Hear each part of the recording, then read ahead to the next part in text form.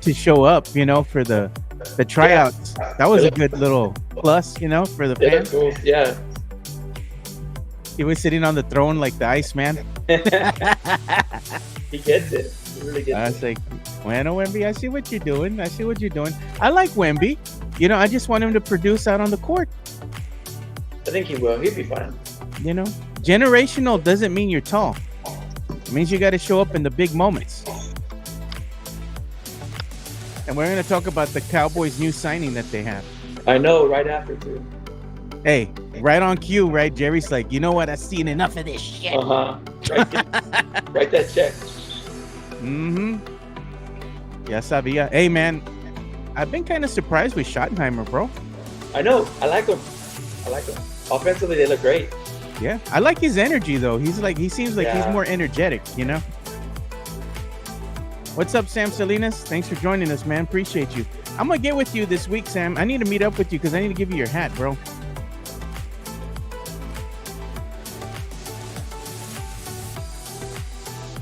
I was telling Leha the other day, I was talking with Leha, and I was telling him, man, we need to have a little meet and greet with the gente, dude.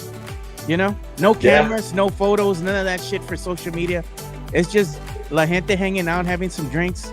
Maybe we pick a spot and just chill, Yeah. Buenos dias, Tex-Mex Frank. No, Mike. No, Mike is in training or something like that. What's up? Mad Lerma's all happy because the Sea Chickens won. Did you see What's how up, they Greg? won?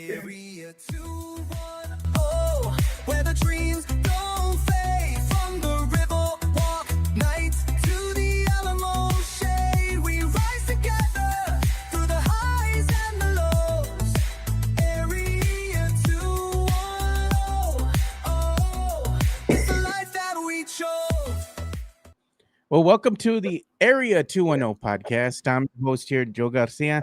I'm going to be joined by the one and only John Dyer. What's up, John Dyer? He's my brother from Puro Exit 7, dude. How's Yes, it sir. going, dude?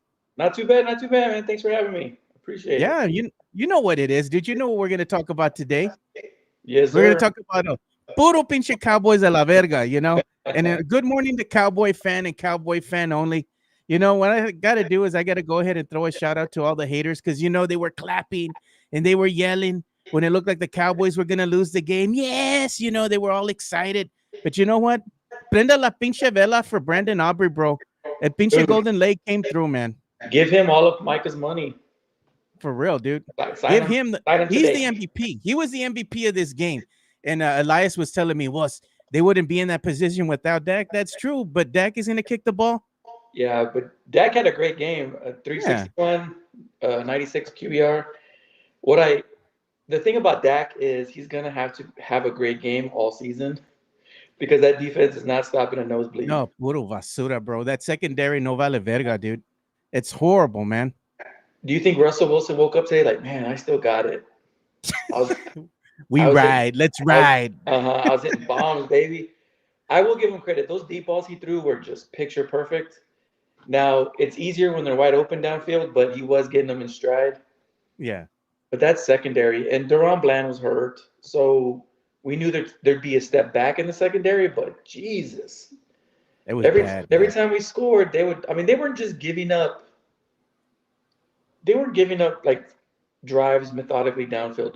They're giving up bombs, like constantly bombs. Like you can't play in this league like that. If you're a safety, your number one rule is nobody can get behind you. And constantly Donovan Wilson let someone behind him.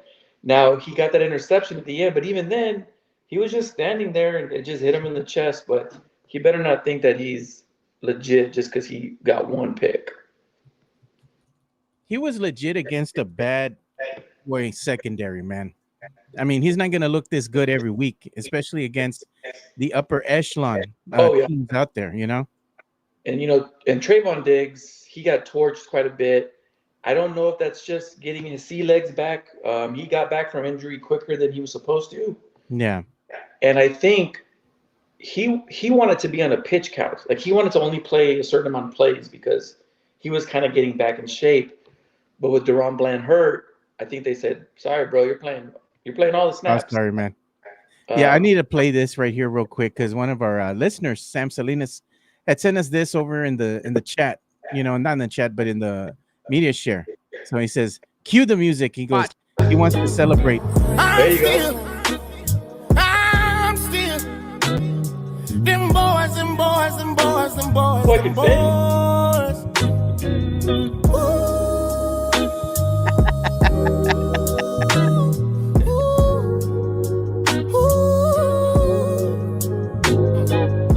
I'm still.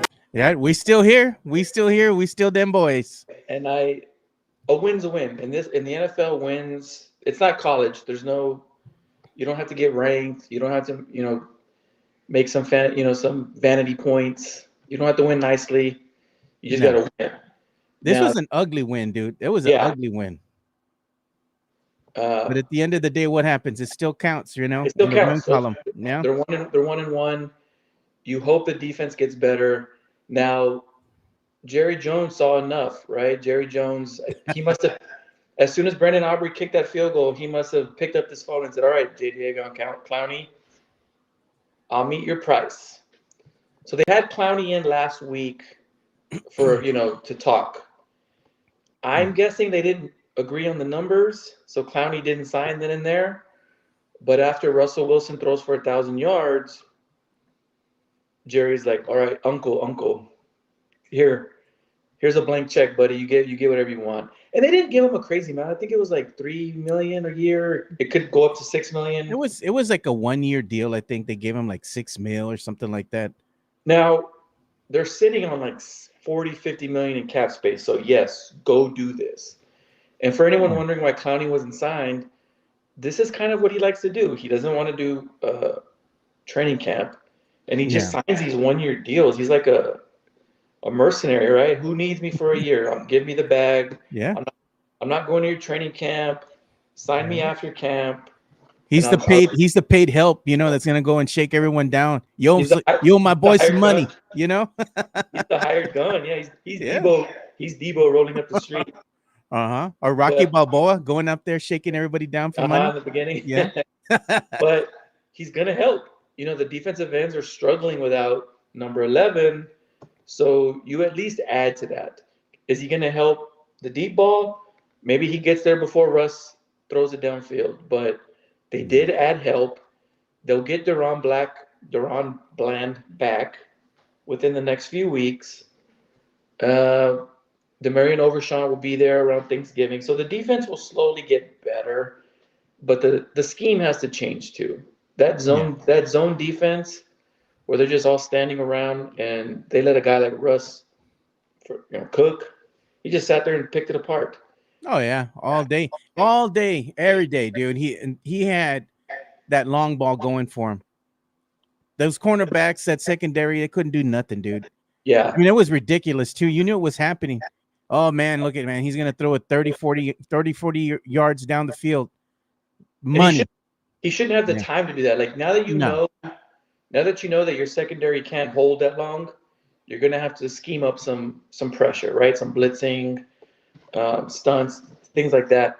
You have to get pressure. Now Clowney's gonna help, but you also need to scheme pressure. I think the defense thought they were better than they were because they played Jalen Hurts last week.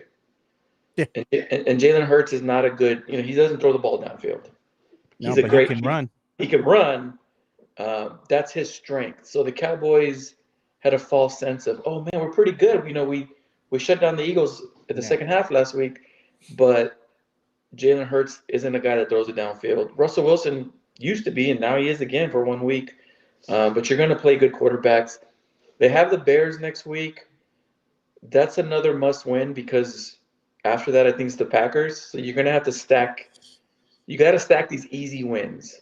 I don't know if the Bears is going to be an easy win. They only got the Cowboys. The Vegas odd makers got the Cowboys as 1.5 point underdogs, dude. Oh, underdogs. They're giving the nod. They're the underdogs. They're giving the nod to the Bears. Right? Yeah. Soldier Field, man. That's going to be a tough environment for them to win in. And let's be honest, man. When it comes to quarterback play, Dak is a better quarterback. right? Yeah. But the problem is that the Bears have a better defense, man. And I think that's what's going to go ahead and give the Cowboys trouble, much like the Eagles, because if the Bears can just keep the pressure on Dak, it's going to force him to go ahead and make either bad decisions or incomplete passes because no one's open downfield. That's the problem. But I will say they won't play a better defensive line than they played yesterday. Like Yeah. the Giants have ignored other positions, but boy, do they draft defensive linemen. I forgot about Thibodeau and there's Dexter Lawrence, and they just Yeah, drafted Carter. Like they focused, they're good. and it makes sense because that's how the Giants won the Super Bowl a couple of years ago, right? They just Yeah. rushed the passer at an elite rate. So the Cowboys won't face a better pass rush or just all around defensive line. They won't face a better one than they did yesterday.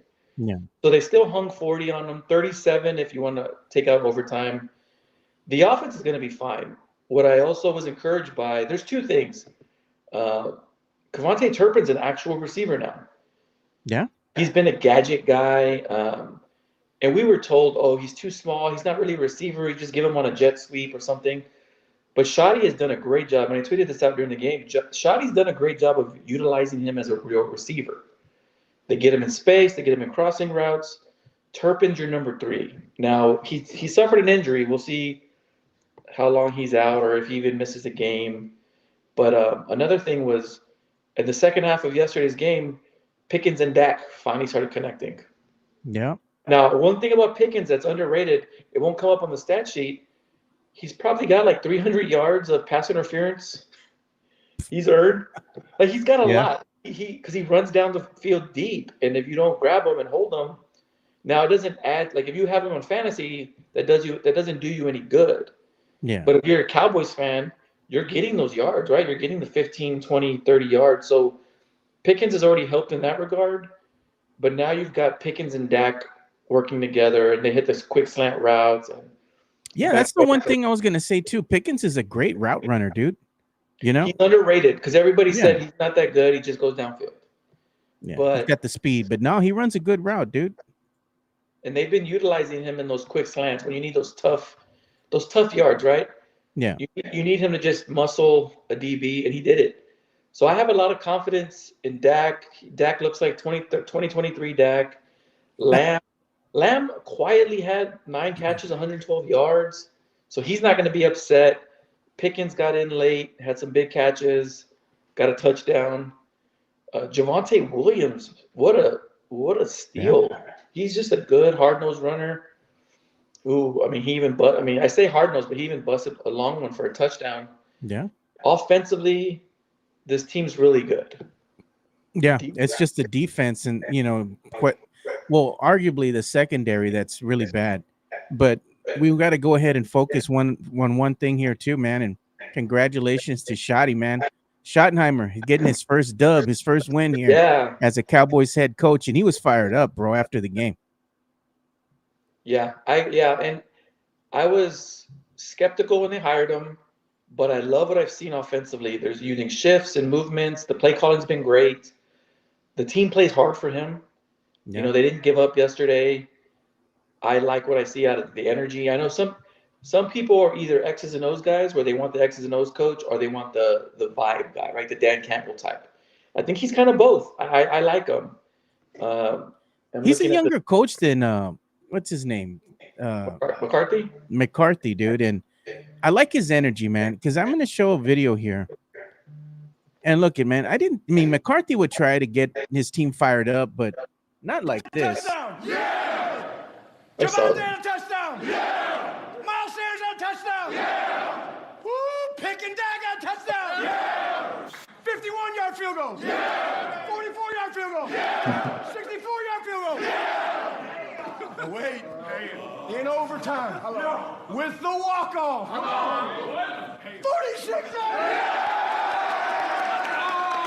Pinche Brandon Aubrey, pinche Vela pa Aubrey, bro. He's the freaking golden leg, man, the savior of the Cowboys. Yeah. When I was gonna see it, Matt Gomez, if you're in the chat, bro, check your Twitter DM, bro. I wanted to talk with you and get your take on when it came to the supporters tryouts and all that were going on with the Spurs over the weekend. Oh yeah. So check your DMs, please. Oh, and we got an incoming super chat from Matt Lerma. Money talk. Here comes the money. Thank you, Matt. He says, grito for his Seahawks. Victory. Because they beat the Steelers 31-17. All right, we'll go ahead and give you the grito.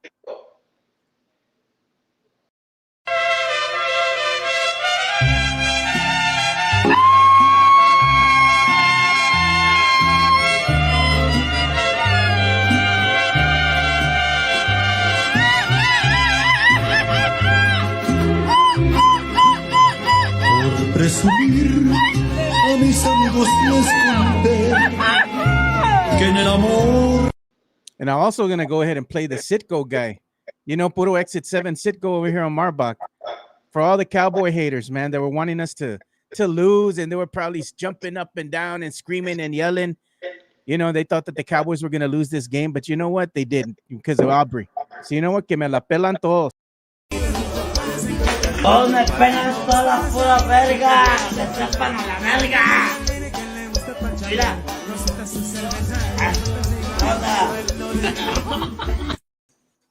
I was telling Rick the other day, John, I said, man, if you haven't gone to the Sitco and you haven't either gotten into an argument in there in the parking lot or had a dust up with somebody fighting in the parking lot and rolling over your hood, you ain't Puro Exit 7, bro. Yeah. I would recommend anyone watching not to go there. Yeah. If you ain't from here, you're gonna be found out real quick. Yeah. Growing up, we called that the shitco. And you're not kidding, man. I've seen some stuff there when I grew up down the street. They have everything but gas there, bro. You need rolling papers, you know, you need a bong, you need some brass knuckles, you know, a blade. They got everything there but the gas for the car. Yeah. Definitely. Rick's in here, says Puro Exit 7. Ya sabes, way. Hey, but you know, I just wanted to go ahead and give congratulations again to, you know, the Cowboys for really sticking it out, man. They could have given up, you know, at that last play with Russell Wilson finding his boy in the end zone, you know, and that would have been it. Hey, man, let's give up. You know, there's only 20-something seconds left. Yeah, it's already done.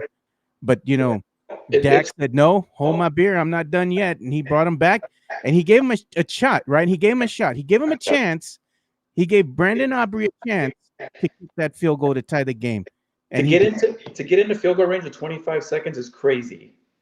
But it obviously helps when Aubrey can kick it from half the field.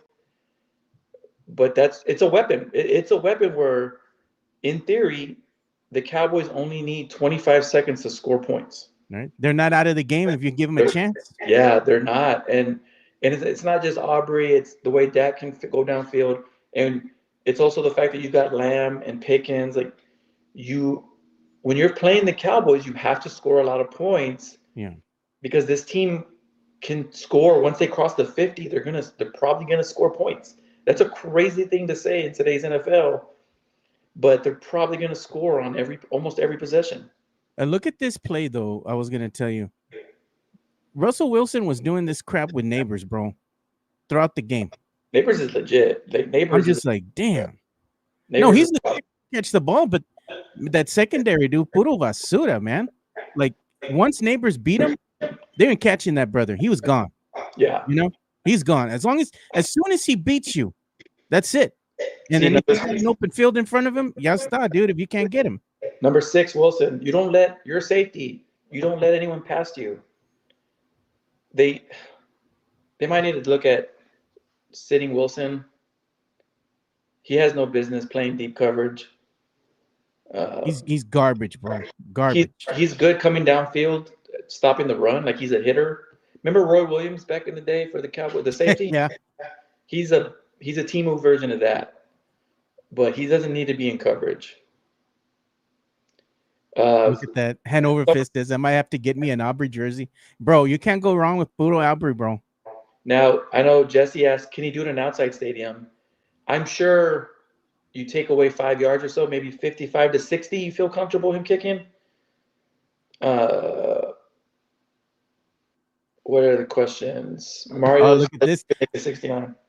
I didn't think about this one, John. Look at this. Albert Lopez. Aubrey is the Cowboys version of the tush push. No lies, bro. It's a different animal. You're right. Because, again, if you're the other team's coach, you're thinking to yourself, man, if they cross the 50, they're going to put points on the board. Yeah. And if we give them 25 seconds, they can still go downfield and tie the game up. I'm gonna give Shotty credit for saving timeouts. He didn't waste them. There was never No. they always had the timeouts they needed to end the half and to end the game. So I'm gonna give him props. And Mario said he could hit a 69. I mean, yeah, that 65 had some little bit more leg on it. So there's gonna be. It's a great way to put it. It's a good version of their version of the tush push. Pinche Rick. Aubrey can make 70 yarders, bro. Hey, At home, no yeah, he lies, can. bro. He probably can. At home, he can. Inside, he can for sure. Inside for sure. Oh God. Look at Samson. He's looking at my magic 8 ball. Brandon Aubrey will be next to sit out for a new contract in the He earned it. offseason. He earned it. Pay that man right now. You wanted to That's save money. You wanted to save money and say that you're going to sign things. And they have been. They signed Bland to a new deal. Tyler Smith got an extension. Yeah. Aubrey's next. Aubrey is arguably Aubrey right now. I'd say is the best kicker in. Yeah, I wouldn't disagree. If anyone had Aubrey in their fantasy, I would love to know how many points he scored for you. Or if someone could look that up, because it's got to be one of the highest totals a kicker's ever gotten, right? Because if you get points for distance. I got you, man. I have the stat up here. Let me go ahead and get it. Because he made history, dude. Low key, he did. Nobody's talking about it, but he did. I'm gonna show the stats here. I have them here.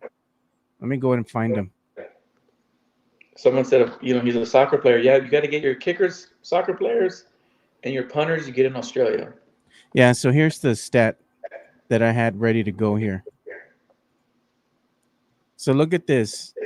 The Cowboys 40-37 overtime win in week 2. It says Aubrey became the first player in NFL history to convert a game-tying field goal with no time remaining in the fourth quarter and a game-winning field goal with no time remaining in overtime of the same game.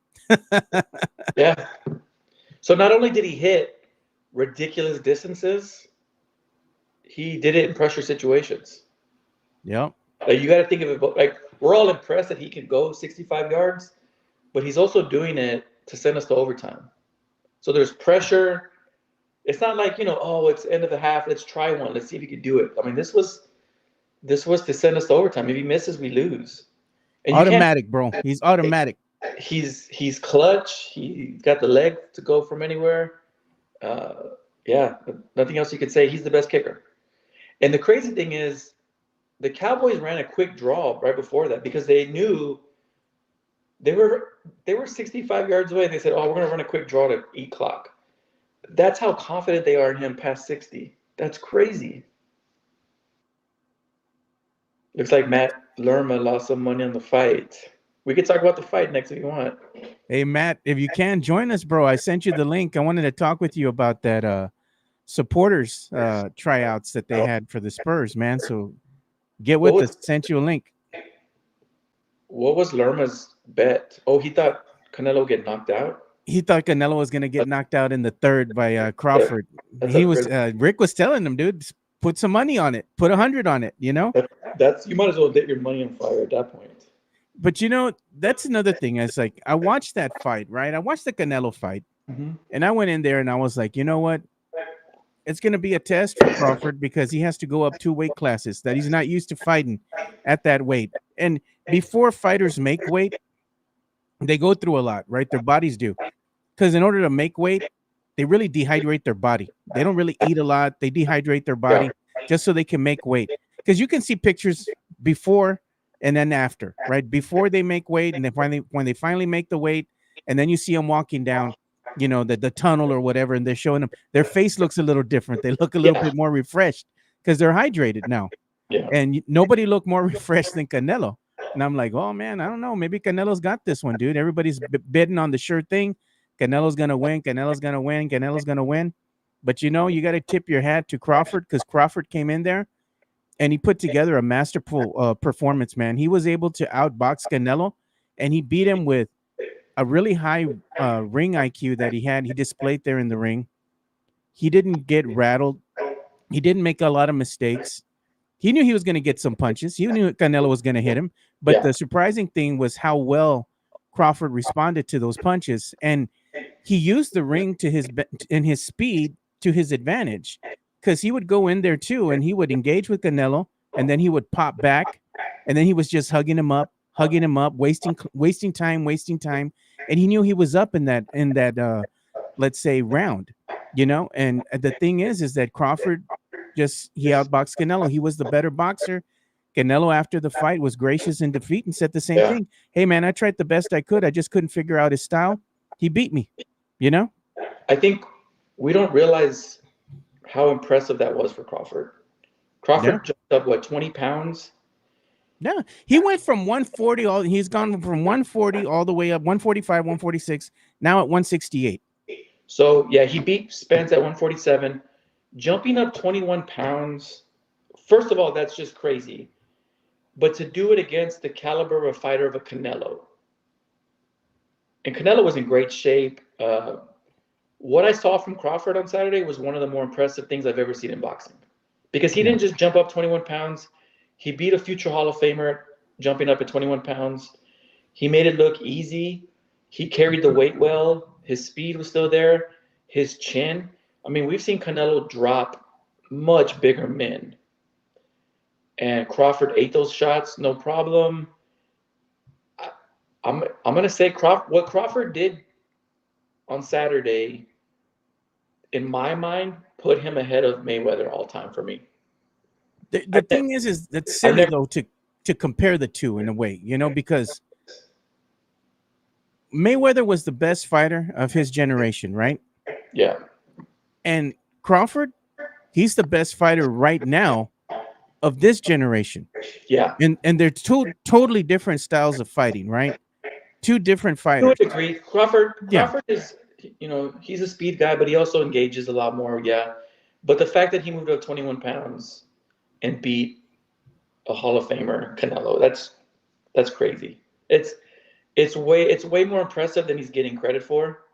I'm glad that they fought. I'm glad that it was for free on Netflix. But Crawford's an all-timer. He's 37. I don't know what he has left in the tank, or he has nothing left to prove. But I hope he gets one or two more big money fights. And it's the fact that he could fight between 147 to 168. There's a lot of options there, right?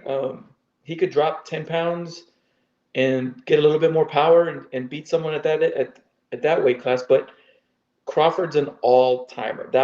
I told my kids, that's one of the greatest performances I've ever seen. Jumping 21 pounds, making it look easy. I think I put on Twitter, I wouldn't bet on that fight because I didn't know how Crawford could carry the weight. And he wasn't just carrying weight. He was carrying weight against a great fighter in Canelo, and he dominated, and it was extremely impressive. Hey, Matt Gomez, real quick, I did send you another link, bro. So if you want to try to join us, if you can, go ahead and chime in. But I also wanted to go ahead and share this too, because I had a graphic that I was gonna. Oh, look, there he is. Hold on, let me bring him on. What up, bro? Hey. What's going on? Hey, what's up, hey man? Thanks for joining us. And there's no danger of you being called ghetto to your face today, bro. It's all love, bro. It's all love. I don't care, man. Puros mamadas con Mike, bro. No, hombre, dude. I didn't care, bro. My feelings weren't hurt, bro. My feelings were hurt for you, bro. I'm gonna be honest, man. I was like, Mike, bro, what we get called pendejos, we could babosos, we get called everything, bro. I didn't give a damn. I'm still a necio at the end of the day. Hey, I wanted to talk with you, man, as we change the topic here from talking about Canelo Crawford, which we'll talk about that a little later on, because I know your time is limited, Matt. The supporters tryouts, for the San Antonio Spurs. It was interesting because I saw a lot of people. JC was out there too. You were out there, and I saw a lot of other people posting that they were going to be going out there and trying out. But I don't think anybody expected Wemby to be there, and kind of judging everything and looking, I didn't. So I thought that was pretty cool. I thought that was pretty cool that he made an appearance. Maybe not for the whole thing, but at least for a little bit to. Kind of he was there surprise the whole fans. That's awesome. Oh, he was there? That's good. He was there for the whole thing. Props to Wemby. Props to Wemby. Mitch Johnson was there, RC was there, and Wemby was there. But for when I went in, Mitch Johnson and RC were on the opposite side. They were talking amongst each other. But Wemby was definitely sitting there, and you saw everyone from media there. But From sitting there waiting in the beginning, just hearing just "Go Spurs, go" chants, I was just like, it's not gonna fly, bro. Like y'all need to come up with something original. And I went up to a couple of people that I saw that had potential, and I told them, look, me being in a supporter group, try this chant out for whoever you're going in with, and see if you prevail. So when we went in, and we could hear the previous two groups, or I could hear the previous. Uh-oh. Oh, It's the internet, dude. Let's see. We'll give him a second or so. He'll come back. Let's go there. My Yeah, bad. I got a call. I had a call, but anyways. Okay. Yeah, I had the previous two the groups and the people I helped out. Nobody took my wisdom. Nobody took my help that I'm trying to give them. Because it's like I told my guys, I'm just there for leverage. Because if they're allowing stuff for the Spurs to do that SCFC can't do, I'm gonna have a problem, and it's gonna be a big problem for me. But no, I tried helping people out, and then they came to a part where they're like, you can either go solo or you can go in as a group. And my train of thought was, I'll go in as a group, I'll help these people out, right? But when leaving, I was like, I probably should have went fucking solo if I really wanted to do it. But nevertheless, man, I mean, it was pretty cool. It was a cool experience. They gave you a T-shirt at the end saying thank you. But yeah, man, I don't see it lasting. And just thinking more and more into it, you're gonna it's like I told Lehi and Sam this morning. I was like, you're gonna have those people who are gonna be wanting only English chants. You're gonna have those people who want Spanish chants, and they're gonna conflict each other. So there's a lot of things like to go into it and to think about. But hey, I'll tell you right now, and I'm saying this on here, 10.5 over under on how many games it's gonna last. really? I think so, man. Sam Salinas is saying, talk about the shit you talked to Wemby. Man, I didn't. I'm gonna be honest. I told him, look, you want to see a real supporter group? Go to the SAFC game on Saturday. Yeah. I straight up told him that though. Tell him why don't he come out to a soccer game? You know? No, and I did. And I told him, I was like, look, there's a soccer game Saturday. Come out. I told him and RC because I think RC was already drinking, bro. He had a freaking Stanley Cup. You should have worn the shirt, the RC, the mugshot, bro. The infamous mugshot. Hey, bro, what's in the cup? You know, he would have thrown you out real quick. But the good thing that I saw that I did like about the supporters group and about these guys trying out is I know a lot of the super fans, right? The guys that get dressed up and go out there, and you see them there a lot at all these Spurs events and all that. It was nice to see a new generation of fan, new faces wanting to go ahead and try out for that. And that's one thing that I really liked. I didn't see the Spurs Jesus, you know, and none of that crap over there. You know, it's like that was good. But what I was shocked at is there was a guy there who used to ref for the USL, and he was like, dude, I have a feeling they don't understand what they're getting themselves into. And I'm like, well, what do you mean by that? He's like, I don't think they're ready for this. If commitment. Back then, well, that too, because if you think about it, you're going to be chanting today, right? You're going to chant all game today. There's a game on Wednesday. Are you going to be okay to come back Wednesday and do it all over again? Jumping around, screaming your voice out. Like, are they going to be okay to come back in 2 days? Yeah. What did the Spurs say? That they want him there for 77% of the games. 75%? Yeah. Yeah. You have to be. They got to do this. They're going to have to beat. They're going to have to go to a lot of home games and give up a lot of their spare time to get there, because they're going to want them to show up early, because they got to get situated and all that. They're probably going to have a game plan. This is what we're going to chant. This is what we're going to be singing today, whatever. And then get organized and to have some of them down there in the section, was it 114, and the others are going to be in the HEB fan zone con los other rowdies. You know, and I get that, man. I understand that, the concept.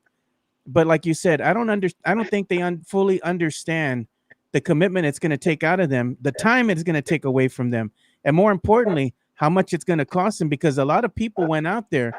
And I don't know if the Spurs were out there ready to shake them down. Were they trying to shake them down and tell them, hey, if you want to try out, you got to pay $999? What was going on? Shake you down. They didn't shake you down. That's good. They were trying to see who were the loudest, who were your your Spurs Necio type. Yeah. So, but like I said, I told some of the guys, I'm like, I can't, and I'm not trying to be that negative person. I just don't see it fully committing. I, and kudos to Wimby if he's gonna pay for 5 of them, but yeah, I just don't see it. Yeah. Well, I mean, hopefully things will work out in some capacity for them, but I think it's a good direction, a good movement that they want to go ahead and go in. It's the delivery. I think it's what's going to be lacking because they're not used to doing that at a Spurs game. And the other thing that I had a question with, and you know this too, Dyer, the Spurs season ticket holders who have a certain age are always going to complain about something. It's too noisy. I don't like it. I can't hear the game. Exactly. You know, and it's like this, if you're in that vicinity of 114 or whatever, they should already make it be known. Hey, this is going to be where the supporters are sit. It's going to be loud. They're going to get, they're going to have drums. They're going to do this. If you don't like it, don't sit there. We're not going to stop what we're doing. And that's the thing I told some of the guys too. I was like, what happens if they throw beer in the air, right? What happens if they start waving flags and someone gets hit? I feel, to me, and what me and a gentleman there said, they should have reached out to the SAFC supporter groups to help start it. Yeah, somebody that already has knowledge. To get a brace. Yeah, just to give that back brace to it, but they didn't do it. So they wanted this one to be Wemby's brainchild. Oh, it's about Wemby. Wemby came up with the idea. I'm like, you already have that concept over there at Toyota Field. Jeremy Sohan, Keldon Johnson, some of these other Spurs players that have shown up, to go and take in a game. They've seen what's going on there. They already knew about this. The only one that didn't know about it was Wemby, because Wemby ain't gone to a damn soccer game. If he would have went into Toyota Field, he would have been like, hey, I want these guys over at a Spurs game, Exactly. And the one thing that everybody was telling me, because I didn't have my drums. My drums are at the field because I fucking hate carrying those damn things. But they had a drum there, and I had my own stick, so I was just trying to drum on it. And someone told I think Wemby told me, or someone else told me, they're like, you're the only one who showed up with sticks. I was like, well, I'm a drummer. I mean, it's what I do. Yeah. And look, as Fernandez says, RC has been to the bunker. Well, RC knows what's up, but I'm saying, like Wemby, for example, he should have been gone. He should have gone to a soccer game. That way he would have known. If RC knows, why didn't you? And it's always going to go back. Why didn't the Spurs invite SAFC supporter groups? No, they don't want none of that. They don't want none of that. It's the same. They want to start from scratch. You know what it is, Matt? I think what it comes down to is control, because the supporter groups aren't going to be controlled. They're not going to be able to tell them you're going to have to do this because you all have done this on your own for so long. You know it works and doesn't. I think what they're wanting is they're wanting to go ahead and control what goes on with these supporters. So they're going to want control. They have to get new people. Yeah, that's the thing. SAFC doesn't control us.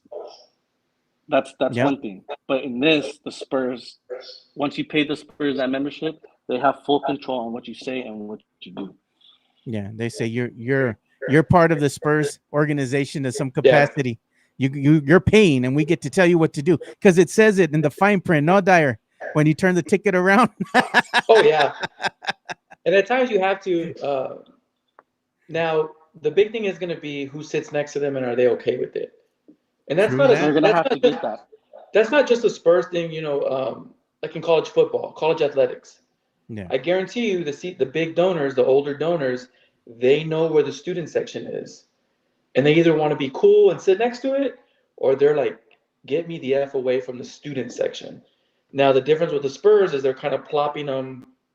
There's never been this before, so if you're the section next to them, you're either going to be cool with it, and it's going to excite you, or you're going to be upset, and they'll have to figure that out, and that's up to the ticket people at the Spurs. But hopefully they shot them an email saying, "Hey, good news," or frame it as good news.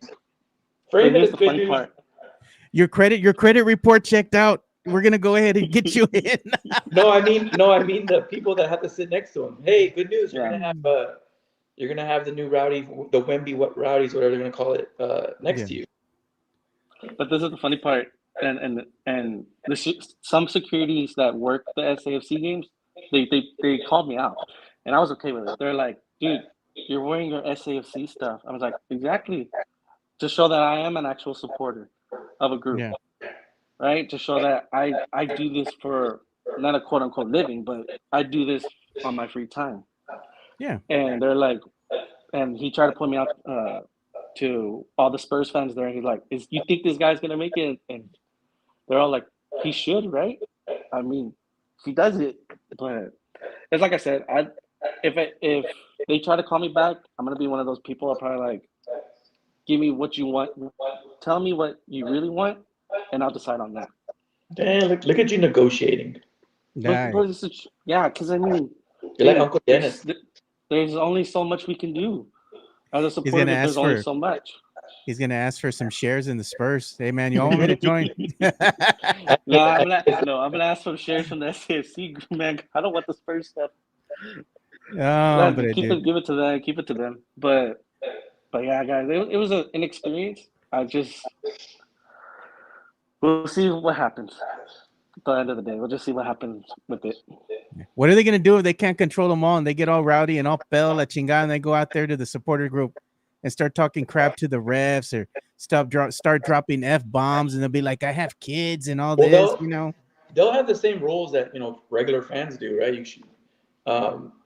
You can't throw things on the court. You can't yell. I mean, there's already rules. Like we just saw that guy in Buffalo get banned for life from the NFL for I think he hit Lamar Jackson. So they'll be even more regulated because they'll know who you are because you're in that group. But they'll probably have the same rules that every NBA ticket has. No.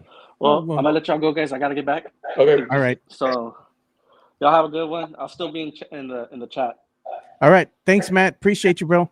No problem. All right. There we go. Matt Gomez joined us to talk about the supporters tryouts and what was going on over there. We appreciate it. But we'll get back to our Canelo talk and our Cowboy NFL talk. We're going to talk about UTSA. We're going to talk about UT. It was a big weekend for college football, man.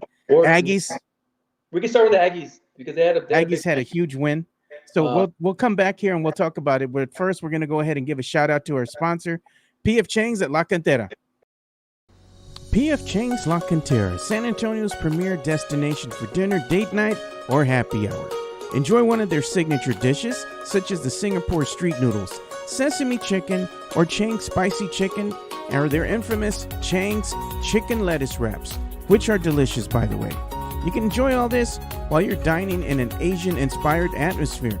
And make sure to enjoy the new outdoor patio and try some of P.F. Chang's signature cocktails and drinks during happy hour, Monday through Friday from 3 to 6 p.m. P.F. Chang's La Cantera is a proud sponsor of the Area 210 podcast. A big shout out to PF Chang's. They are powering the chat that you boys are using today. And also make sure that you go and visit our boy Sean Quintero on Wednesday, which is Wines Days. Half bottles of wine and champagne every day, all day, every day, all day on Wednesdays. Let me change the audio. Now there you go. There you go. All right, so there we go. Now I was going to say, go and shout out to our boy Sean Quintero at PF Chang's on Wednesdays. I think you've partaken into that Wines Day too, haven't you? Not yet. Have you ever? Yeah, take the wife out there, man. Have fun, dude. It's a good time. There you go. You got a super chat from Mario. Yeah, let's go ahead and address the super chat. Let me get Mario's super chat up here. Thank you, Mario. We appreciate the super chat. Here comes the money. And he says, all the super chat for Matt G to pay for it. Oh, let's go ahead and get into some college football talk. But before we do that, I saw this real quick. I wanted to shout this out. Oh, I know. I got the audio taken care of. It switches on me sometimes. I don't know why. I think I got to switch out something in the computer so it can stop doing that. So I'll figure that out. But I also wanted to share this with you guys because we had some breaking news.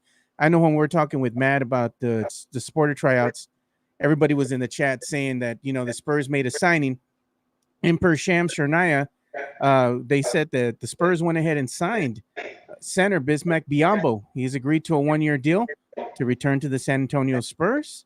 So if you're a fan of Bismack Biyombo, he's back. What do you think, John? I don't know if it moves the needle. Depth, good depth.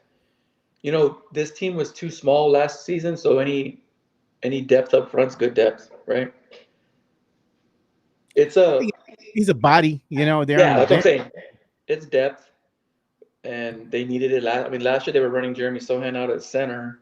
So yeah, let's go ahead and get as many big bodies as possible. And look at that. We have Arturo Gomez. He says he's new here. Been a combo fan. He goes since 1968. Well, welcome, Arturo, to the chat. We appreciate you, man. There you go. And Matt says he's excited for home games now because I guess the supporters are coming in now, the supporters over there at the San Antonio Spurs games. But let's go ahead and get into some talk when it comes to college football. It was a big college football weekend. And you want to go ahead and get into the Texas A&M, Notre Dame. They deserve it. Great win. Now, obviously, it was a thriller. It was just an amazing football game. Oh, man. The atmosphere, Notre Dame at night just seems special. I love nighttime big college football games. They just feel different. I also always want to give props to these schools that schedule these non-conference big games because they don't have to. They don't have to do this. They choose to go home and home. So A&M traveled to Notre Dame. That feels like it could be a momentum-shifting win for the program. A&M always seems to fall short these big games. I'm very curious as to how this rolls for them, right? I don't know if they're going into conference play next week or week after, but this is something that they can build on, right? Because it's momentum. The team now feels like, hey, we're a top 10 team. We're a top 10 quality team. College football is funny though, right? Because we don't know. Notre Dame could be horrible. They're 0-2. They've played 2 tough games. But we might look down in 3 weeks and say, oh, wait, never mind. Notre Dame sucks. But as of now, this is a big momentum builder for A&M. And we'll see how that carries over. But they showed a lot of grit. Winning on the road at night, last-second heroics, nothing but props for them. And it might be a turning point. It's the coach's second year.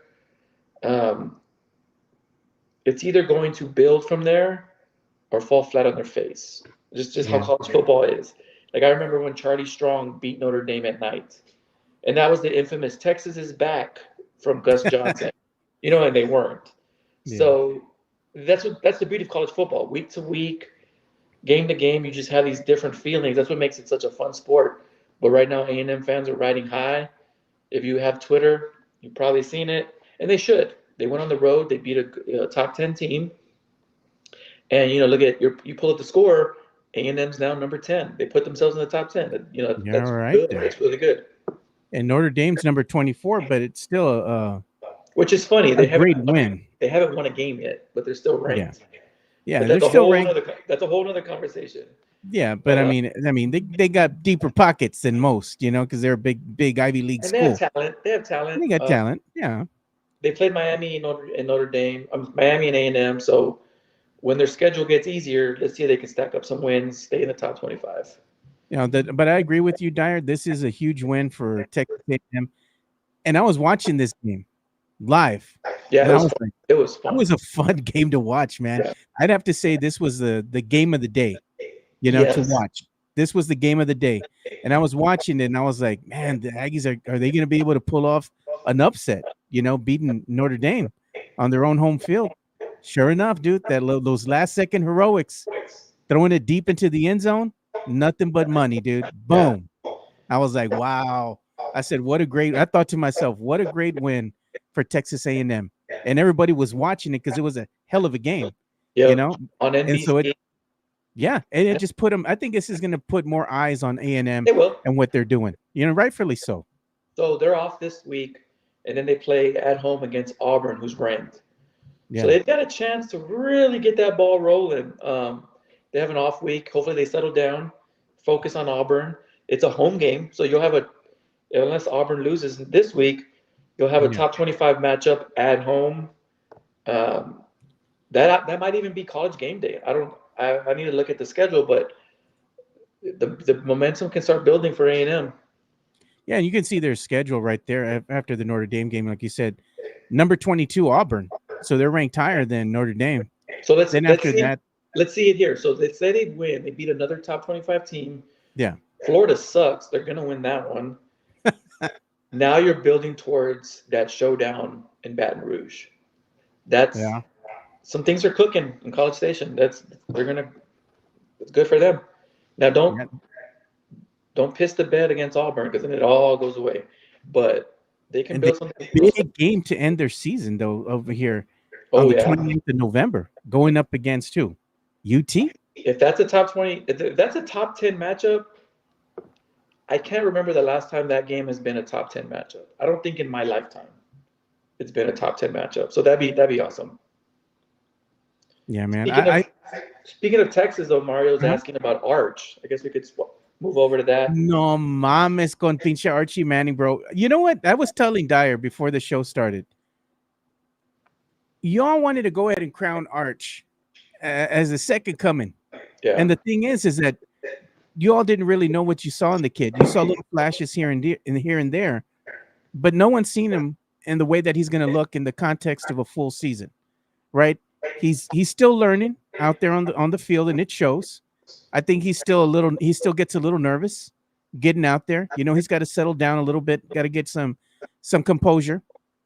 But I think the haters, because of the name on the back of that jersey, they want him to suck so bad, and they want UT to lose every single game just so they can go ahead and pound their chest and say, I told you he was a bust. Yeah. The verdict's still out on Manning, dude. We don't know what the kid's going to be. We're only a couple games, 3 games into the season, John, and they're like, he sucks. And I'll say this, he's not playing well. He's not. He's lucky enough to I mean, the defense, that's a national championship defense. That defense is amazing. So he's going to have plenty of opportunity to get it right. The season's going to depend on that. If Arch gets, and the thing about Arch and the way Texas is built, he doesn't have to be a Heisman contender. He just has to be solid. Because, again, that defense is ridiculously good. Now, I don't think he's going to be a Heisman candidate, John. No, he's out. Yeah. But what I'm saying is he doesn't have to press and be special. He just has to be, honestly, a competent quarterback. I think with Texas, they thought that because, last year he was throwing the deep ball like he was Russell Wilson against the Cowboys. So they kind of revamped their offense to go downfield. It looks like they need to get back to the quick passes, get it in the hands of the faster guys and let them go. Build his confidence. What do they call that? KISS, right? Keep it simple, stupid.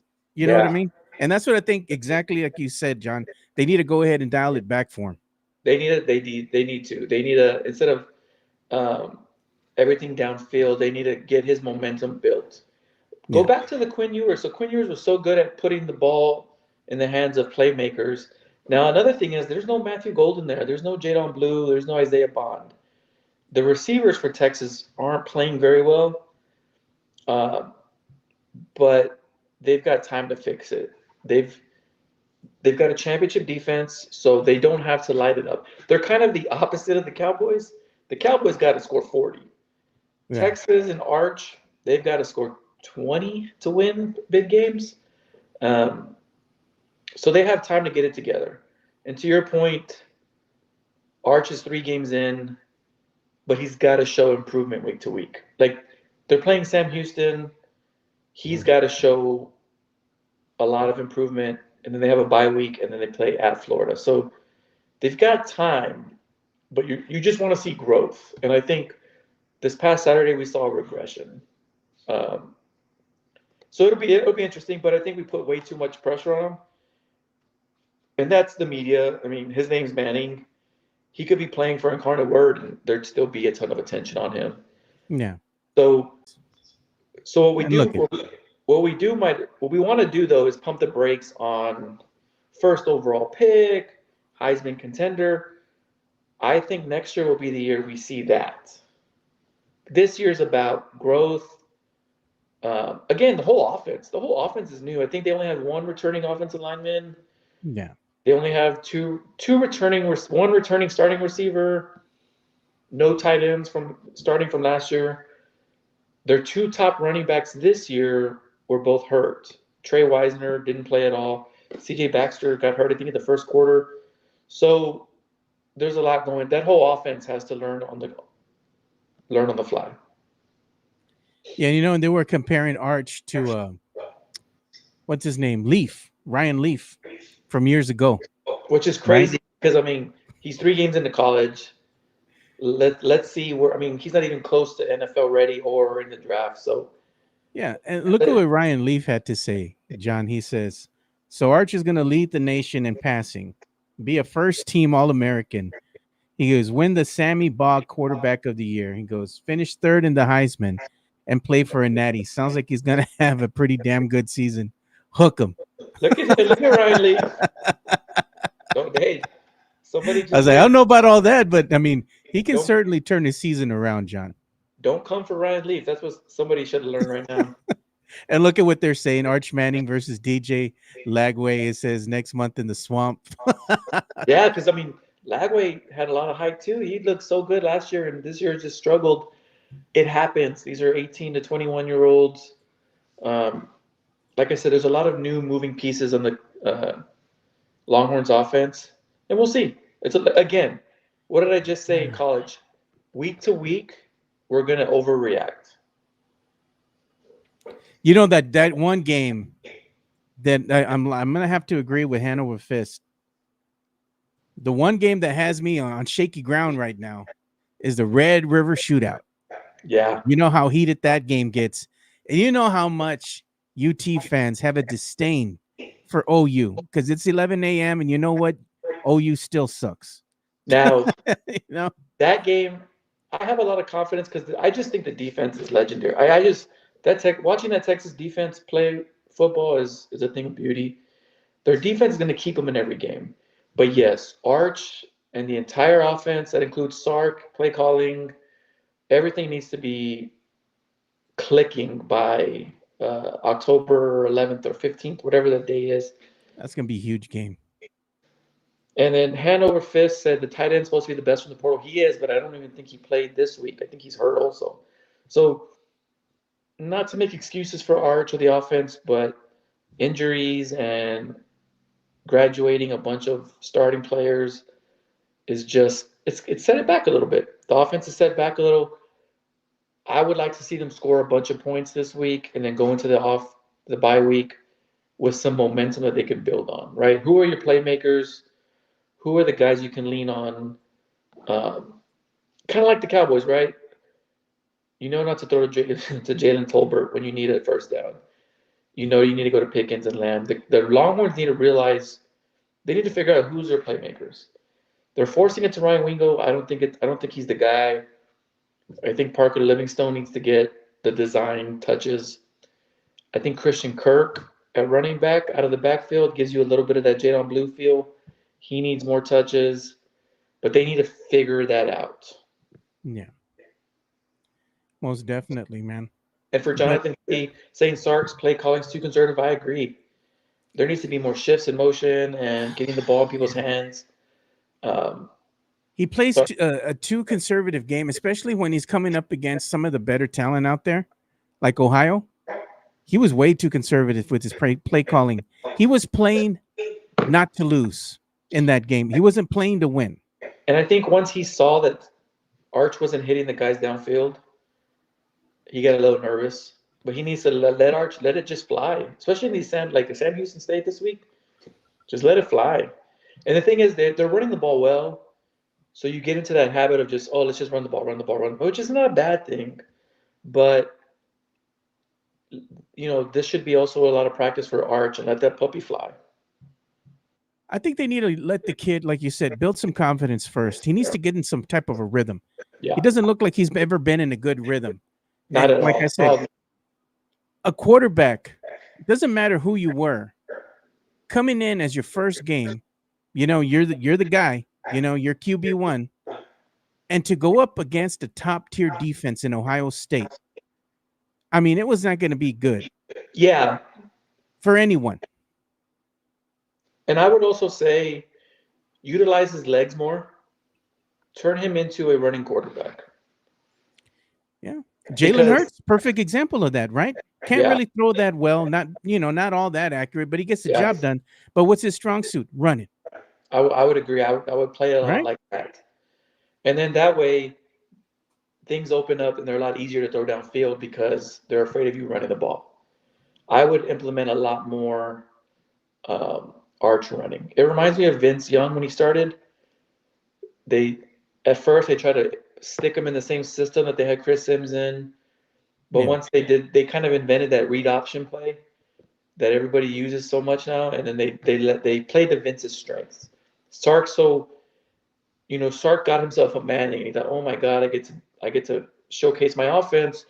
Now that Arch isn't ready for that, implement a more read option. Let him tuck it and run a lot more, and things will open up naturally. Run some slant routes, run something, short yardage games, things like that aren't going to be like too much of a gamble for the kid. Make it manageable. Let him Yeah, build some confidence early on, especially in the first half. Let him build that confidence because you know what's going to happen in the second half when they make those adjustments. Those plays are going to be harder to come by. And then he's going to really have to go ahead and buckle down and be like, all right, I'm feeling good. I got some rhythm going. Let me go ahead and adjust to what, the defense is going to go ahead and do now to try to scheme against me. Let's see what we can do. Are we going to go ahead and drop some bombs down the field to go ahead and test them early? Or what are you going to do? Get a run game going? I mean, you got to do something, you know? yeah, But early on, he needs to build that confidence. And I think dumbing down the offense might just be the thing that'll do that for him. I agree. And I think they thought they had a ready-made player because I mean last year he played well. I think he started 2 games, and it just hasn't clicked at the beginning of this year. So they needed to dumb it down and let him develop. The beautiful thing is they got that defense, so they can afford to do that. Because even the Florida game doesn't seem like it's going to be as tough as they originally thought. So you've got Sam Houston, a bye week, and then Florida on the road. That's when you need to come together. And yeah, for Jonathan C, yeah, the last 2 games should have been where they were gelling and lighting it up. And Yeah, they struggled a little bit against UTEP, which isn't a good thing because let's be honest. I not mean, at when all. you're looking at both these clubs together, UT has the better talent, Oh yeah, yeah. by far. And luckily for Texas, like what he's saying, the SEC schedule is not that tough till the OU game, the Georgia game, A&M game. Yeah. So now's the time to develop and get it together. And like I said, we're going to live week to week, right? Let's say Arch throws for 300 and something, 3 touchdowns next week. This week we're going to say, oh my, okay, he's figured it out. He's figured it out. Yeah. That's college football. That's the media. That's just us as fans. But we'll see. Every week's going to be a roller coaster for the offense. He's still basically got 2 more warm-up games, right? Sam Yeah. Houston and then Florida. And then after that, what happens? Oklahoma starts to call, right? On Oklahoma, October the yeah. 11th. So you And then want him, things you want him to look good the next 2 games. Yeah. Not great. He doesn't have to be great. You want him to be competent and just look pretty good. He's got to have confidence going into that Oklahoma game because I hope so. if he's still on shaky ground, Oklahoma's going to go ahead and just expose him, Yeah. and they're going to make him look like an absolute fraud. And that's not going to be a good confidence booster for the kid. Because that game's the ultimate momentum game because half of your fans are on one side, half's the other. Well, So if the half that's not your fans are loud, you feel it. You could feel momentum. You could literally feel momentum. That's the the energy. Yeah. That's the ultimate momentum game. You want your side rowdy and loud because if they're loud, that means you're doing something right. But if it's the other side loud and your side is quiet, now like, oh Jesus, like we just gave this up or we're not doing this. That's the ultimate momentum game, and he needs to get out of his head before then. I mean, to end their season, look at who they're going up against. You got to go up against Vanderbilt, Georgia, Arkansas, and then you're going to go up against Texas A&M. Arkansas is like one of these games where you'd be like, oh, they should be easy win. Oh, hold my beer, Jerry. That Jerry World money's going to Arkansas. That Walmart money's going to Arkansas. That might be a tougher test for Texas than they realize. It's a rivalry for sure. Yeah. It's at home though. I think Texas will be fine there. I was more worried last year going to Arkansas just because the rival. It's a very old rivalry, but Yeah, for the next two games, we'll know a the lot more warm ups. about Arch. Is he progressing? Is the offense progressing? And if that's not the case, then this season won't be anywhere near what they thought it was going to be. I think right now all it is just he's in his own head right now.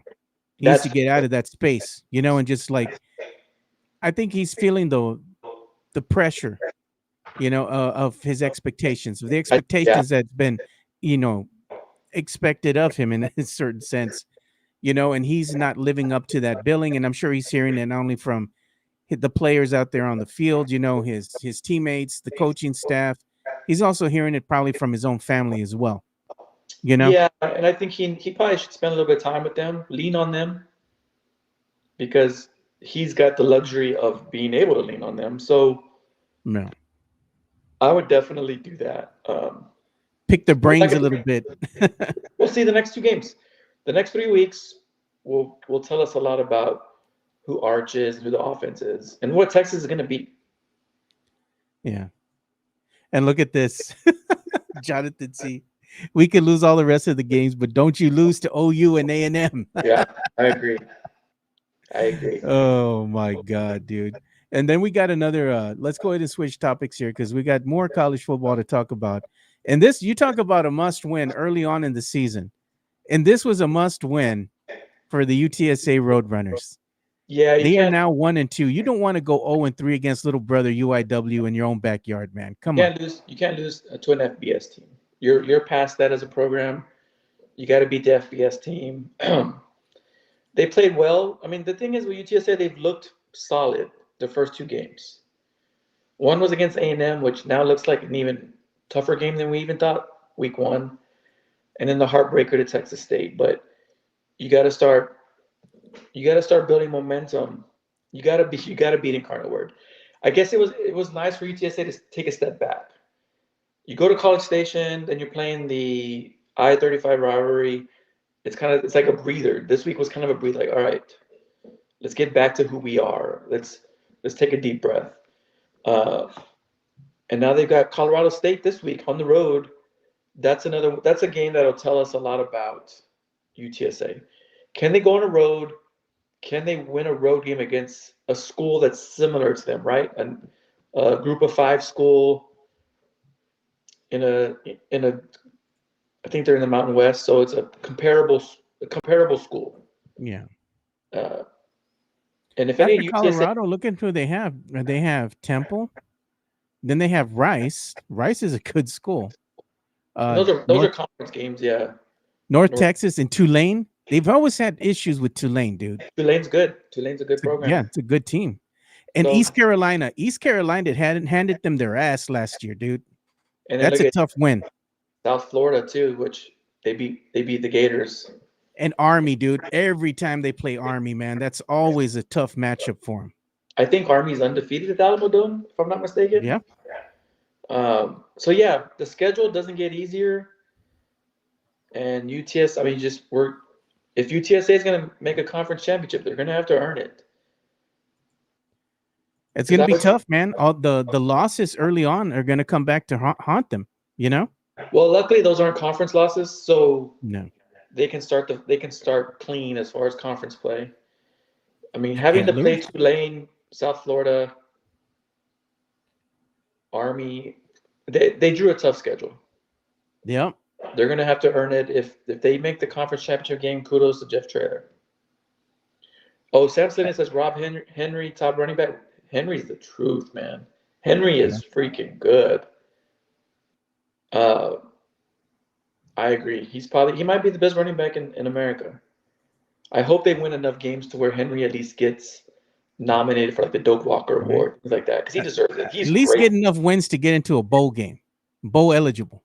You know? And for Henry, I want to win enough games where he gets nominated for the big awards, because he's as of now he should be in the Doak Walker conversation for best running back. Yeah. So the other thing is, we were talking about UT, we talked about UTSA, we talked about Texas A&M. And I'm also going to talk as we start, getting things ready to come to an end here in the next 10 minutes or so. Yeah. Let's talk about the NFL and the week that was. We had some good games that came out. I was watching the games yesterday. Of course, I was watching the freaking Cowboys win.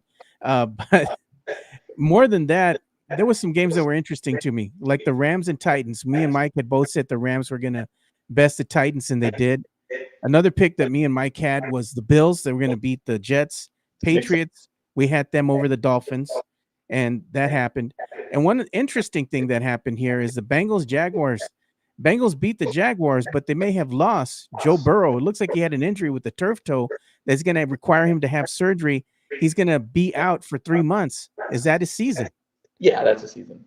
That's it. I mean, if he's going to go out and have season-ending surgery, he's done. So what does that mean for the Bengals? Oh, the Bengals are done because the Bengals already weren't a great team.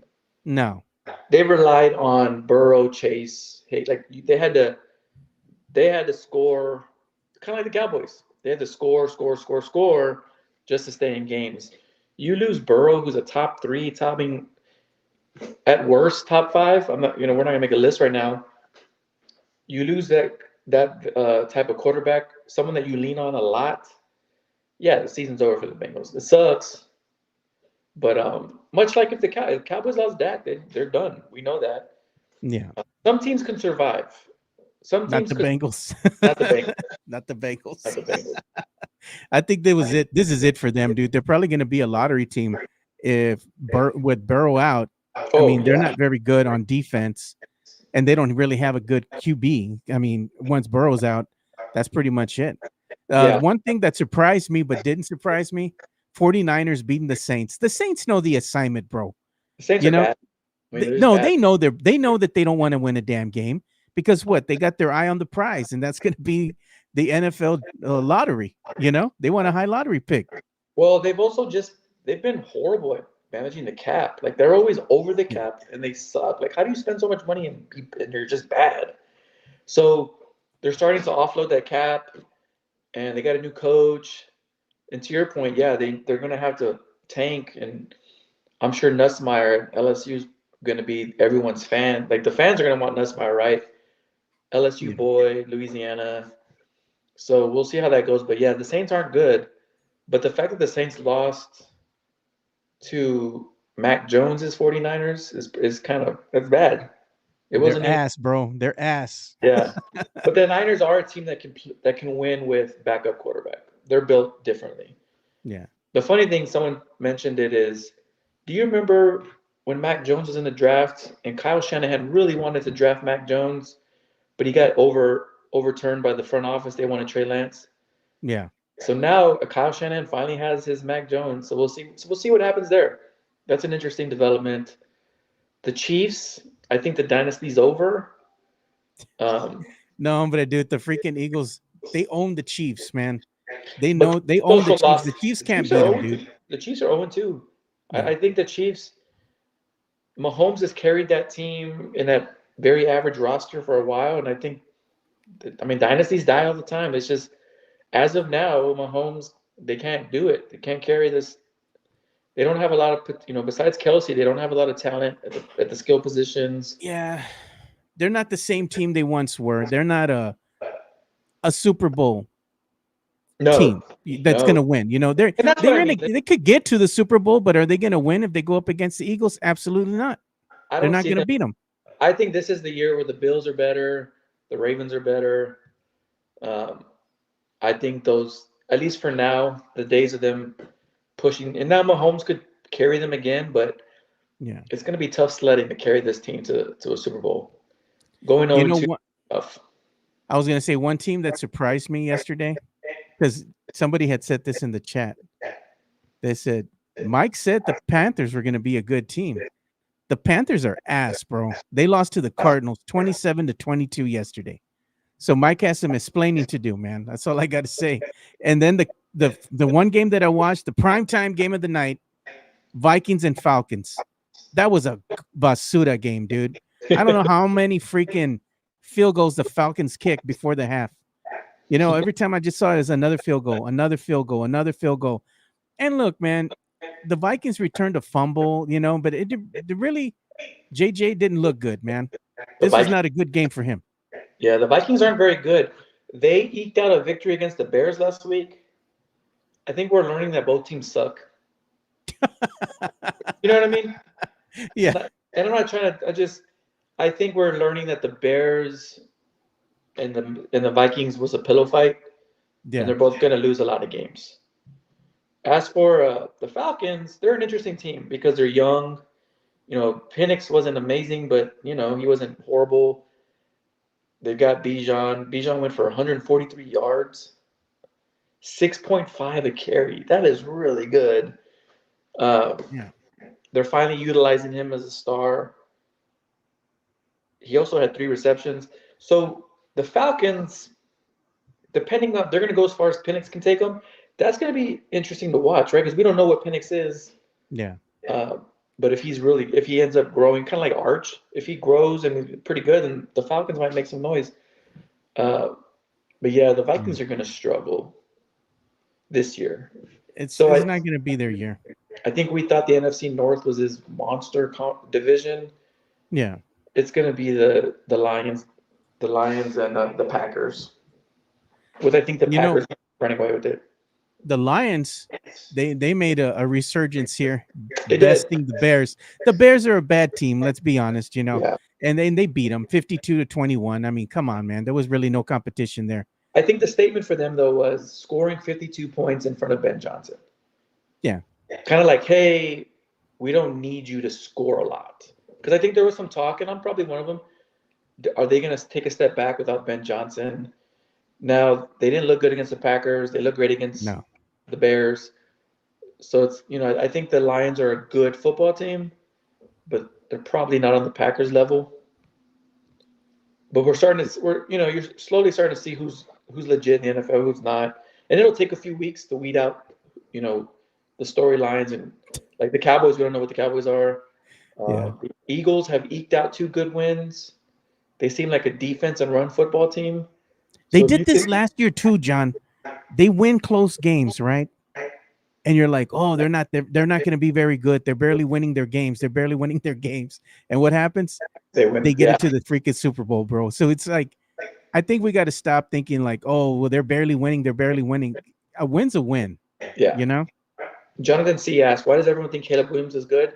Because physically he has all the tools. He's so fast. He's got a rocket arm.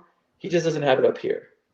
Like, you watch a Bears game, and he looks like a young, bad quarterback, and then you'll see him do something physically really good.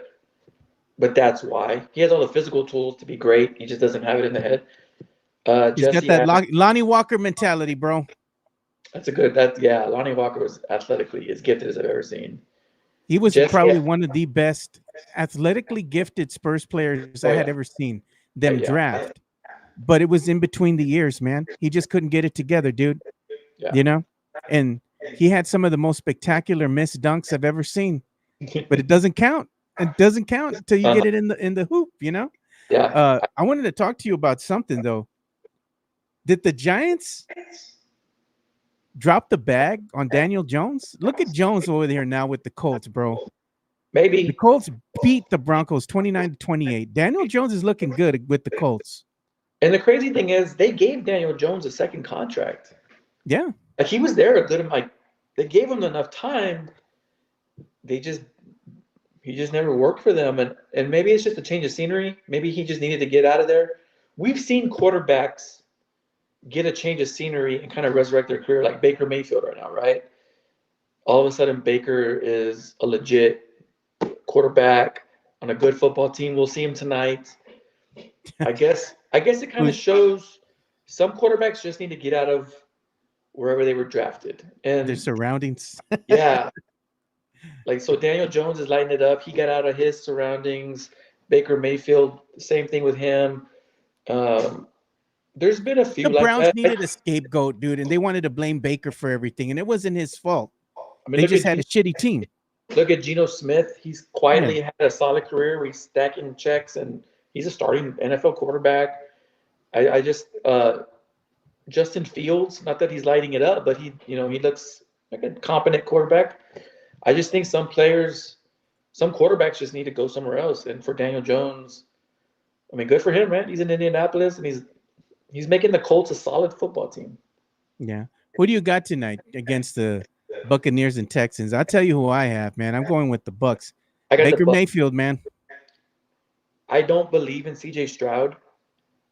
I think last year was kind of telling. And then this year, I just think that he's not as good as we thought his rookie year. And that's another thing we've seen with quarterbacks. They You've have a been great found rookie, out. maybe, and then Baker. They keep drafting Baker weapons. You know, Mike. He's got Mike Evans, Godwin, and then homeboy from Ohio State, Ibuka. I mean, Baker's got all the tools, and then got Irving behind him. Yeah. I got the Bucks. Again, I don't believe in the Texans. They have a good Texans. defense. Will Anderson's really, really good, but maybe CJ Stroud proves me wrong. Maybe I look like Jimenez saying what I just said after tonight. Baker Mayfield's a baller, bro. He just wants to win. You know? He's very skilled. He's got a he's good on the run. You give him the tool, he's gonna light it up. We always feel like he always has a shot, you know, especially if the game's close. It's like Baker's gonna do something because he wants to will his team to victory. He just wants to win so bad. You can tell that when he loses, it's heartbreaking, dude. He hates it. You know, that's what I like. I like his competitive nature, you know? And then Chargers, Raiders, both undefeated. I mean, who would have thought they both coming in with wins? Talking about the Raiders being undefeated, I'm like, no mames, bro. Probably won't last after today, but again, Geno Smith, you never know. I got the Chargers, but it'll be interesting to see Geno Smith and Ashton Genty. It's a fun matchup. To see who's real, who's not. I look at that. Jonathan C was saying Noche UFC was crazy. I wouldn't know, man, because I didn't go, but I heard it was a good show in there. It was just pricey, bro, just to go and be up in the upper, you know, the nosebleed section. It was like $150, $200 a ticket, you know? Yeah, and they brag about how expensive it is. I think I've seen in the news that they want to get WWE prices to UFC prices. Yeah. Like they brag about how expensive UFC is. Well, I paid when I went and saw the WWE SmackDown event that came through San Antonio over at the Frost Center. I mean, I'm not sitting up there in the nosebleeds. I'm gonna go. I'm not sitting with the peasants, bro. You know, I'm sitting. You know, decent seats. I was in the lower bowl there. I paid like $500 for my seats. You know, we had really good seats. It was for me and my son, and I enjoyed it. You know, and the funny thing is, my son was telling me when we got there, he saw how long the line was.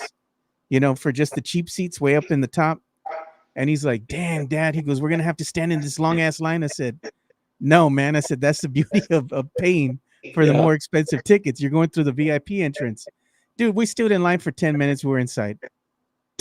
You know? Jonathan C has a weird. He says, "What do we learn? Boxing is dead and UFC is on the rise." I'm gonna be honest. Not even Dana White showed up for UFC. Dana White was somewhere. He was in Vegas for a fight. In Vegas, yeah. If it wasn't for UFC being here in town, I wouldn't have known they were doing anything. And honestly, if it wasn't for Jeff Garcia posting so much about it, I wouldn't have even known. Yeah. It's telling that Dana White, because Dana White had to choose, right? Where am I going to go? And he chose the fight. So we'll see. Oh, look at Jonathan says Dana showed up, but then he left after prelims to make the fight with Canelo. You know what's interesting to me too? UFC is really wanting to make a push into boxing, right? So they had Noche and all that, you know. I mean, it started early. And the thing is that if you wanted to see the Canelo preliminaries, guess where that was streaming? On YouTube, on the UFC YouTube channel. So you could see it there for free as far as the prelims leading up to the main event. Once the main card started, it was all Netflix after that, but the prelims were on the UFC YouTube channel, and you could see that. And there were a lot of people watching. I got to say, man, it was lackluster, dude. I watched the prelims, and they were pretty ass. They weren't really exciting, man. It was boring. I was even telling Rick, my boy Rick Fernandez, I was like, bro, these preliminaries no valen verga, dude. You know, it was boring. Even like some of the main card, when the main card finally started too for on Netflix, the first fight was boring. Then after that, it got a little better when you had the middleweights going at it. That was a All great right, fight. that was a good fight, man. But I mean, some of the fights weren't that great. That's what I was saying. You know, I was like, it was all right. And the one thing that was gacho, dude, is when they had His Excellency, the Great Turkey. They showed him up there. They booed They him. booed him, bro. I'm like, come on, man. This guy's Well, yeah. trying to put together something special, and the fans are booing him. Yeah, but he's also, I mean, not to get political. It just, you know, not a lot of people like Saudi Arabia, you know? Yeah, I get that, man. But it's not about that, man. At the end of the day, it's about the product that's out there that he's trying to push in the ring. You know, I know they feel a certain way about that, but I mean, he really has a passion for what he wants to do. You know, he wants to change things, and I get that. And sometimes trying to go ahead and be that visionary and trying to change things comes with some backlash. I think the more and more, let's say, great fights he puts together, people will start changing their tune. You know, Yeah, but I but there's understand also, what he's trying to do. but you like wrestling, so he's also bought WrestleMania. I know. I saw And, that. They had and a he, big announcement with WrestleMania. WrestleMania was at 43, going to be held in where? Saudi Arabia. and he wants to have a bunch of old guys fight. Yeah. So we'll see how much you like him when he's got Kane at 80 years old fighting bald Shawn Michaels. Bro, they still got Edge and Christian doing their thing, you know, over there. And was it AEW or something? And said, yeah, Oh, yeah. déjalos, dude. Let those guys. Chris Jericho with La Panza hanging out. Say, yeah, bro, hang it up, bro. You had He a good looks run, bad. man. But They that's got to gonna be learn how to let it go. But that's going to be the Saudi Arabia WrestleMania card. It's going to be all the old guys. Oh, Joe, are you going to the AEW next month? Hell damn, no, I ain't going to that. Is it here? I think so. It's gonna be here, man. But I'm not gonna go see the AEW event. I mean, some of the AEW, don't get me wrong, the wrestlers are all right, but then they got all the old heads still. They have a lot of You old know, people. they bring out all the old people, all the rejects from the WWE and all that. I know they're doing their thing over there too. You know, they got to earn some money. And I'm not gonna say that, oh, AEW, WWE, you know, I don't care. You know, I'm only a WWE fan. I'm a fan of wrestling, dude. And I see what's going on with AEW and them trying to do their thing too. And some of the product that they put out there is good, but some of it isn't. Same thing goes for WWE. Some of the storylines are good and some of them are puro basura, you know? So, Yeah. I like watching wrestling.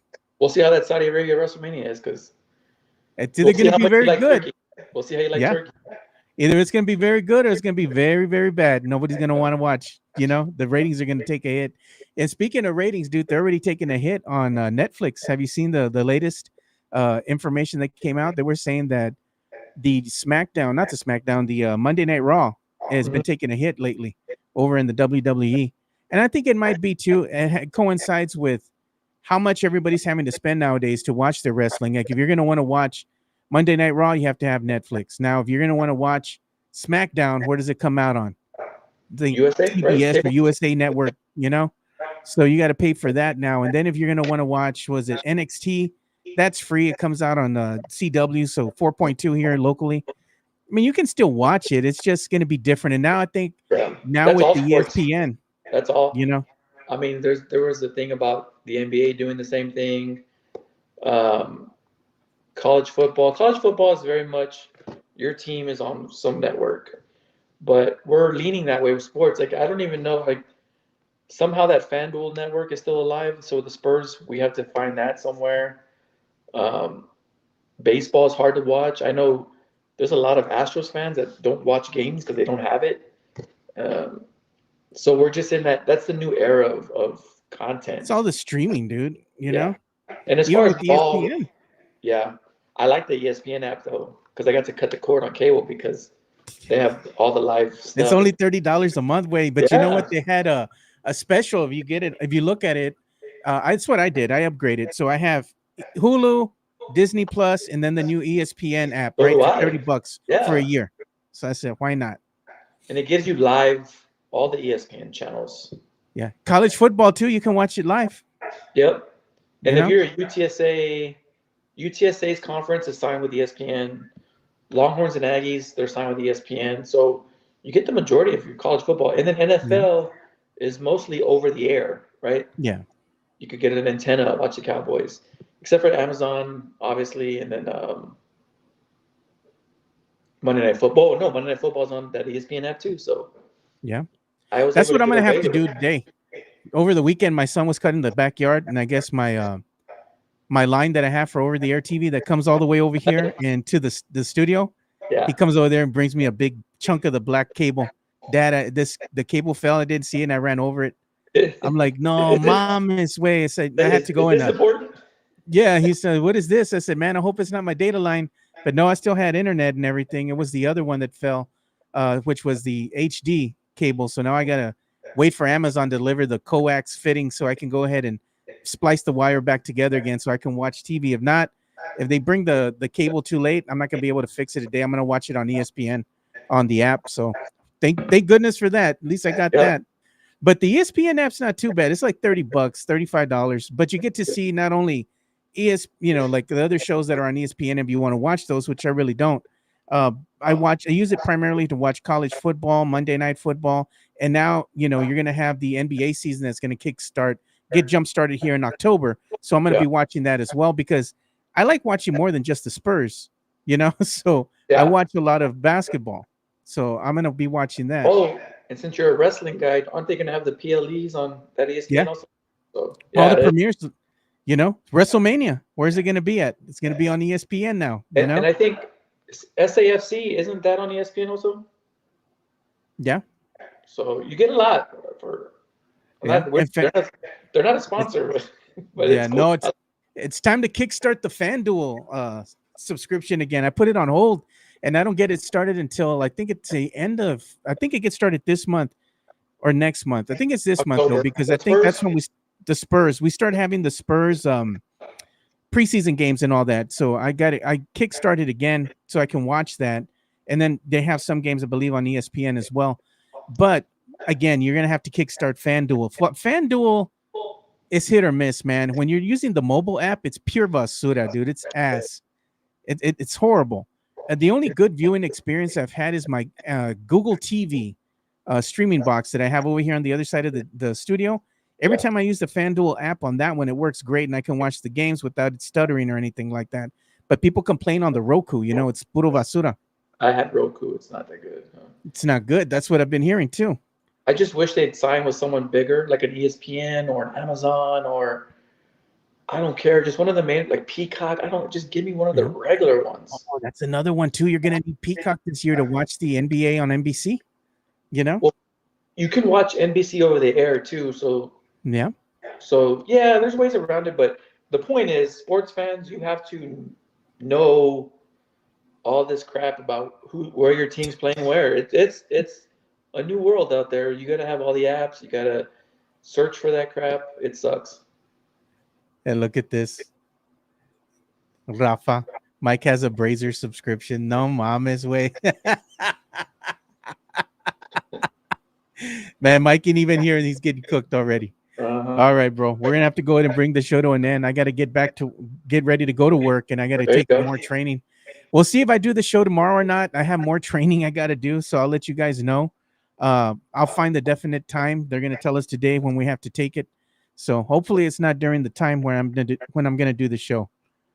Who going to a Spurs scrimmage? You'd be surprised. It's not that the people want to go to see the scrimmage. It's wanting to see the scrimmage. It's more what people want. And you've seen that too, Dyer. Like they don't really want to go to the game. They want to see the game. Yeah. And that's what they want to do. What's going on? He goes, what's Amazon going to do? Going to do a new NBA package. No, I think they're going to include that already with their subscription. No, I think he's yeah. If you have Amazon Prime, you'll get the games. Yeah. But yeah, there are NBA games on Amazon Prime too. There's going to be some. There's going to be some games that are going to be on Amazon. Yeah, Amazon. You're going to have them on the Peacock network now. You're going to have them on ABC, which is also ESPN as well. So you'll be able to watch some games for free. But the stupid thing is, like, you watch things like Hulu or whatever like that, and you have live TV. What happens there too is that fans complain because when they're going to want to watch the games that are on CBS, Channel 5, Ken's 5 here locally, they block them. They're blacked out, so you can't watch it because they don't have the streaming rights to show the game. The only way you can watch it is you have an HD antenna, which is what I also have here, so I can watch the game, so I don't have to worry about that crap. Yeah, it's ridiculous. It's a chore to watch sports. Yeah, And what did Silverman say? He says, Watch like highlights. Mike, if you can't afford it, make more money. Watch the highlights. Oh, bro. That's a Jimenez move if I've ever seen one, dude. We gotta call him Silver Jimenez now, man. Silver Jimenez, dude. Sounded just like him. He told him make more money. Basically, that's what he said. He did. Bueno, dude. Well, I'm gonna go ahead and let you go for today. But where can they follow you on social media? At Spurs and Salsa, and I'm also a home inspector. So if you need a home inspection, reach out on Twitter or Google housemaster.com. I'll be available for you. Damn, I didn't know you were a home inspector like that, bro. Yes, sir. Yeah, so now we know. So if you Yes, need your sir. home inspected, call Dyer, man. And there you can where you can follow him on the X. So make sure you go and give him a follow. Good guy. All right, so that's Appreciate about it. all the time we have for today's show. Puro pinche Cowboys a la verga. There you go. For John Dyer, I'm Joe Garcia. Thank you guys for watching another episode of the Area 210. We'll see you boys hopefully tomorrow. I'll let you all know. But we're out. Peace.